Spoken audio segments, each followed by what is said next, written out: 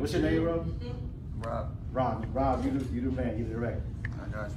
All right, how's everybody doing today? Great. Okay. I want to tell y'all one thing. Freedom is not free. Freedom's not free. We have to understand this. The freedom that we have today, that you have today, someone died for the freedom that you have and enjoy today. Prices have been paid. Blood has been shed for the freedom that you choose to take for granted. Right now, I say you gave your freedom up because the situation you're in. So whether you're black, whether you're white, whether you're Spanish, blood was shed for the freedom that you have today. If you are a woman that's incarcerated, someone died and suffered for the freedom that they have. All right? All the freedoms were gained from sacrifice. So I don't want us to continue to take our freedom for granted. This is not a joke. We have to get serious with life. This thing called life, you don't get second chances.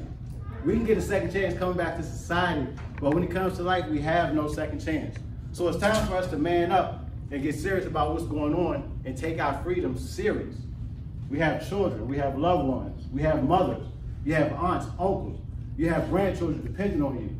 It's time to be serious. For years, I took it as a joke.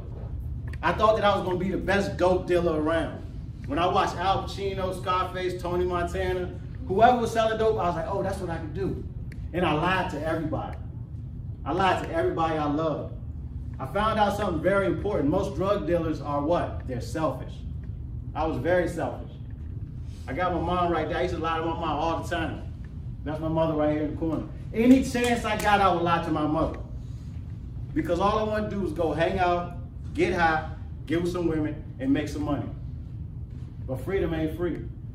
So it came with a price. And the price that I had to pay for my freedom was a total of 12 years, 10 months incarcerated. I didn't do it like G. He did it straight. I did mine in installment plan. Some of y'all know what an installment plan is, right? I did 12 years, 10 months on installment plans, wearing blues. And when I talk about wearing blues, I was in prison wearing blues. But I was at the hospital the other day, and I seen doctors and nurses and them wearing blues. So I was like, man, what if I would have spent that many years going to college, or even half of the time that I spent in prison on a college campus so I could do something else? I could have wore other blues, doing something else, making money. Law enforcement, they wear blues. A lot of people have issues with what's going on in society with law enforcement, the way they're treating people, the outcomes of interactions. I have a solution. We got to start raising some of our children to come up to be officers. Which means that when your child says something wrong or does something wrong, you can't threaten him with calling the police on him. We can no longer afford to use the police as a threat to our youngins, because what it does, it builds a negative image in their head where no one wants to grow up to be a police. So what happens, we have communities being policed with people that's not from the community. No one from the community wants to police the community because they don't want to be a police, because they always were threatened by the police. So they're not growing up to be CIA agents, sheriffs, DEA agents, nothing like that. But freedom's not free. Blood was shed, sacrifices was made, people died for the freedom that we willingly gave up. I said, man, I'm gonna sell some dope, I'm gonna sell crack, I'm gonna get this money. I ain't worried about going to prison. Everybody go to prison. People in my family go to prison all the time. My daddy been in prison, brother been in prison, brother in prison. My mother been in prison. Yeah, that's what we did. That's not what we do.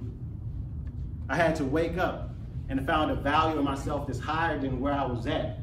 I had to understand that I had more value than to sell crack. I was bigger than a 20 rock. I was bigger than a dime sack. I was bigger than an 8 ball. I was bigger than a half a key, a quarter key. I was bigger than that. I had more value than that, but I had to take time to realize it. And unfortunately, I had to be set down to realize it. So whatever you're doing, I don't know what stage y'all at in your incarceration, where you're at in the walk of life, I'm gonna tell you some things though. If you're lying now to the people that love you, you're gonna continue to lie to them when you go home. If you're stealing from people, it's not gonna stop just because you get released. If you're stealing from a store, from the kitchen, from an institution, you're gonna do this when you get home. If you're gambling, it's not gonna stop the day that you get released. You have to start working on this today. And Lord forbid, if you're getting high, you're gonna continue to get high in the streets. So it's a change that you have to make. It's something that has to start in your head. Ms. Holbrook, Marshall, no one here can give it to you. I can't give it to you. It's something that you have to want. And when we talk about getting high, I talk about addiction. I learned in prison through classes that I'm an addict. I'm not even gonna lie. My name is Thurston, I'm an addict. What am I addicted to? I'm addicted to a little sort of different things. I'm sort of addicted to getting money. I'm addicted to a little bit of violence to make me feel good sometimes. I like to get high, but that's not my main thing. I may be addicted to sex, sexual addiction, things like that. I have a codependency addiction. And what was codependency? Codependency means that I feel like I need to be in a relationship. Since a child, since high school, I've always been in a relationship. That makes me codependent. I cannot function right unless I have another half beside me. I had to analyze my addictions and notice them so that I can be a better person. So when I go out with this addictive personality, I have to realize, even though I'm not on probation, I was on probation from I think I got on probation like 14 years old. 14, 15 years old, I started probation. I got off probation in January. I was 38. So from 14 to 38, I was either on probation or incarcerated. So I did not really know life outside of probation. I didn't care about getting off probation. Ms. Holbrook would say, Thurston, when you gonna get off probation? For what? I don't care about getting off probation. I've been on probation all my life. It doesn't matter. That's what I thought. But it felt good when I did get off probation, because now I can travel, I can do what I want, I can be free, I can leave out of state. I can do a lot of things. My opportunities are more open to me, and I can also say on jobs that I am off of supervised release. But the reason I talk about probation is because it ties back to addiction and maybe wanting to get high. I chose not to get high. People smoke marijuana, people do drugs. I can't change what people do, but I can be in control of what I do. To me, getting high and smoking weed isn't my main issue, because I took a chance to know myself. I know my problems. What's gonna happen, if I smoke weed, it's gonna lead to other things. That's my problem. That's why I can't smoke. So you need to find out a reason why you can't do some of the things you may wanna do that's not beneficial for you. And the actual act of not doing it may not be the reason you don't do it, but it may be other things that come behind it. If I smoke weed, I'm gonna sell weed, period. I know Thurston. So I cannot afford to get high because I love my freedom and I don't want to go back to prison. And the judge made me a little promise at sentencing. He told me if I ever come back before him, he's going to give me the majority of my good time. He put 45 years good time over my head. And I'm 40 years old now. I can't handle it. I just can't handle it. I had to make a choice. I got grandbabies, they need me. My children need me. My parents need me. So we all have to make a choice what you're gonna do with your life. Sometimes I deal with issues like everybody else. I deal with road rage sometimes, but I know I can't respond with it. Someone cut me off, I wanna get in front of them and follow them or flick them off or turn the music up. I wanna make them mad, but I know that I can't do it. You have to know yourself. In the movie Black Panther, they said, who are you? And they would pull their lip down and show knowledge of self. You have to know who you truly are. You have to take time to analyze who you are and your personality traits so you can know how to stop yourself from going down that slippery slope that you might go down and that we seldom go down. A lot of us go down the slope and don't even realize it because you don't know who you truly are. Incarcerated, I'm not afraid if you call the police on me. If you see me doing something, what's your name, brother? Kevin. Kevin. If Kevin see me doing something and he say, hey, Thurston, stop it, I'm gonna call the police on you. Doesn't scare me at all. Here's my phone, here's two, call them on both phones. That's not what I'm afraid of. But who ate that meat rock? I don't like that. Everybody. Yeah, who ate them bean trays for years? Sweat meat, hard bone. He talked about that search when you go in there. When you gotta go to visit, you gotta bend over and call. These are the things that stop me from going back to prison. It's not the issue of the interaction with the law. It's the things that come behind it. You get sick, you gotta go to the pill line, you can't get the medical attention you want. All right, the mattress is like this thin, your shoulders start hurting. Someone sleeping beside you, passing gas and farting all night. These are the things that I don't want to go back to prison for. A lot of us are here, or was where we were at, because we chose to not have fear of the actual situation of going to prison. Going to prison does not scare me, and it obviously doesn't scare y'all because you're there, or you're incarcerated. But the things that go around it, what about the fear of somebody putting their hands on your mama and you ain't there? What about somebody touching your daughter and you aren't there to cope her and get her through what happened?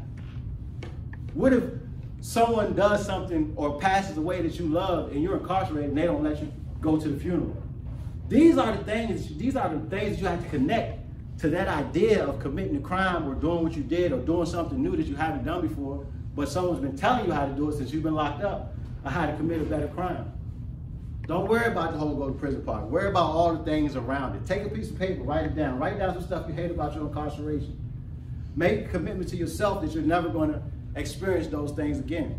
And this is what will help you when you choose to go through the rocky roads that you go through. Ms. Holbrook asked me to talk about my release in society and people that I had to disassociate myself with coming home. I had to disassociate myself with everybody I knew, because everybody I knew was on some bullcrap. But I knew that Thurston wanted to be free. And my freedom didn't start off upon my release. My freedom started off when I was in the re-entry program, standing up saying, Thurston Whitehead, Inspiration Coordinator, Thurston Whitehead, Creative Energy. I knew then, when I was incarcerated, that I had a dream that I wanted to get in front of people and talk. And they had this thing called re-entry. And I was like, oh, woo. I used to stand on the fence like this and watch everybody walk over there. And I'd be like, yo, where they going? They say, oh, they're going to AMD. Like G was talking about, they going to PMD. Well, what they do up there? Oh, they get up and talk. They talk. Now I'm a hustler now. I'm a hustler, so I always got sharp in my craft. It's like, they talk. I'm thinking to myself, I've been thinking about talking like professionally when I get out. So who they talk to? Oh, they talk to everybody that's locked up. I'm like, they get paid? No, they get 45 cents an hour. I was like, but how often do they talk? That's what I want to know. How often do they talk? It's like they talk all the time. So I said to myself, Thurston, you need to get in there so you get experience with stepping into your calling, because your purpose will pull you. So I had to get into re-entry, and I volunteered, and I was in re-entry like maybe 23 months, 24 months. The only mandatory being there 12 months. I was there because I had a mission. And every time I had the opportunity to stand up and talk, I did it. So when I did come home and got the opportunity to stand up and talk in front of people that wanted to see me, because some of the people didn't want to be there. Like some of y'all don't want to be here right now, it's just a fact. Some of the people that's in re-entry, they didn't want to be in it because the state made it mandatory for them to be in re-entry. They didn't want to wake up early and walk up there in the rain or walk up there in the snow or the cold or the heat. They just wasn't with it. So I spoke to them for 12 months. 12 months plus 12 months. It was like 24 months, sharpening my craft. And I came home and had the opportunity to speak to people. And you know what the people told me? They said, man, you're a natural. I said, I'm a hustler, baby. I just want you to know. But that's what I do. You have to know your vision, know your dream, know your goal, know where you want to be in life. And don't let today stop you from pursuing that dream. Don't let today stop you from pursuing that vision. Don't let today stop you from being a new version of you, a better you. Because only you can do it. No one can do it for you. You have to wake up, be brave, and do it. And I want y'all to know that something that else is important is a support system. All y'all have a support system. It's very important that you keep your support system, that you don't ruin your support system, and that you utilize your support system. Something else very important, to realize that some people that's in your support system may not deserve a place in your support system. Some people that we may have in our support system may influence us to go down the wrong road.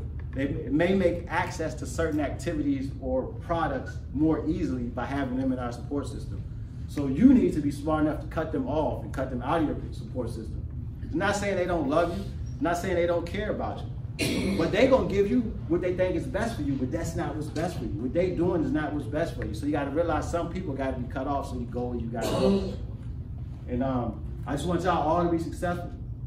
I'm here today because I love y'all. I don't have to know you to love you. I don't have to know you to care about you. But I do know that y'all have mothers. Yep. I know y'all got sisters. Yep. Daughters. Yep. Some of y'all probably got grandbabies. They need y'all. So it's time for you to tighten up. We ain't gonna beat it on you. We can't force it down your throat. You gotta choose to tighten up. And I'm hoping that today you make that choice to tighten up. And be the better you can't take back the past. When you get on their applications, like right now, I'm gonna close with this. I took a test to be a producer of life and annuity insurance. All right, so they say, no, you can't do it because you're felonies. Well, I'm gonna apply anyway. I'm gonna let them tell me no. I took the test, passed the test, did everything, submitted all the paperwork. I had to submit a lot of paperwork because of my history, my criminal background history. There's a lot of drug dealing in it. So I had to submit all the supporting documents.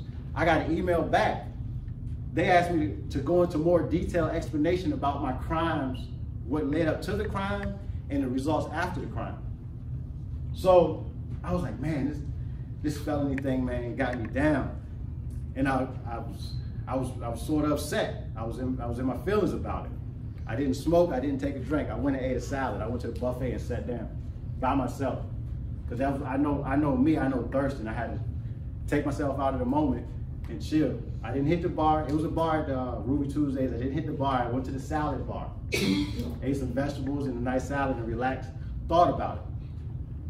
I can't hide from my past. If you have a phone, if you Google Thurston White Jr., my past is the first thing to show up.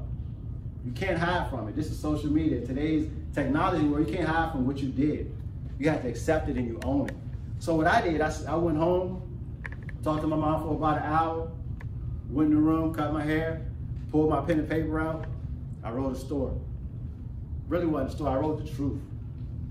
Because I didn't know if they know the truth. So I just went ahead and told the truth about my charges. I can't hide behind the curtain. This is what I did. I was 24 when I did it. I'm 39 years old now. And I asked them to never judge a man on his worst day, because as long as he's alive, he has a chance to change. Y'all be blessed. That's it.